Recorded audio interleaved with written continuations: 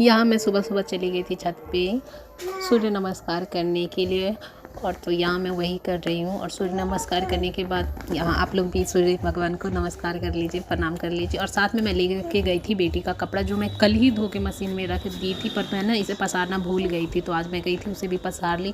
और ये सुबह सुबह यहाँ का व्यू देख लीजिए, पीछे जो पेड़ सब गाँव में ना यही व्यू रहते हैं, और नीचे यहाँ हमारे दूरा का है।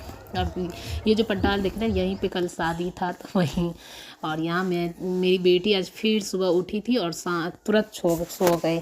उसके बाद मैं सारा काम किचन का कर के यहाँ थोड़ी देर बैठी थी आराम से, बेटी का ही इंतज़ार कर रही थी कि वो कब उठेगी। उसके बाद मैं गई खाना निकालने के लिए, तो मुझे याद आया कि मैंने आज दाल को छौंका ही नहीं है, तो यहाँ मैं दाल को छौंका लगा रही हूँ।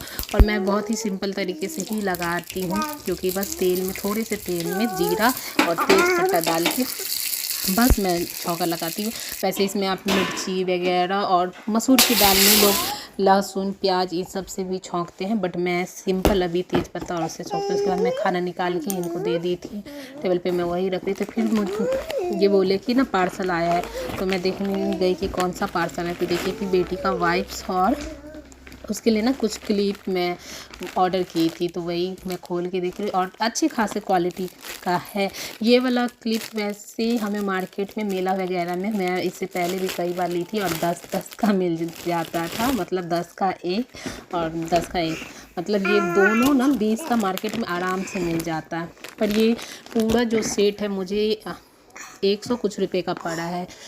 तो उसके बाद फिर मैं नहा वहा के आ गई थी खाना पीना लेके, और यहाँ मैं बैठ के खाना खाने के लिए बैठ गई थी। और आज मैं दिखाती हूँ खाने में क्या, चावल दाल भिंडी की सब्जी और चोखा।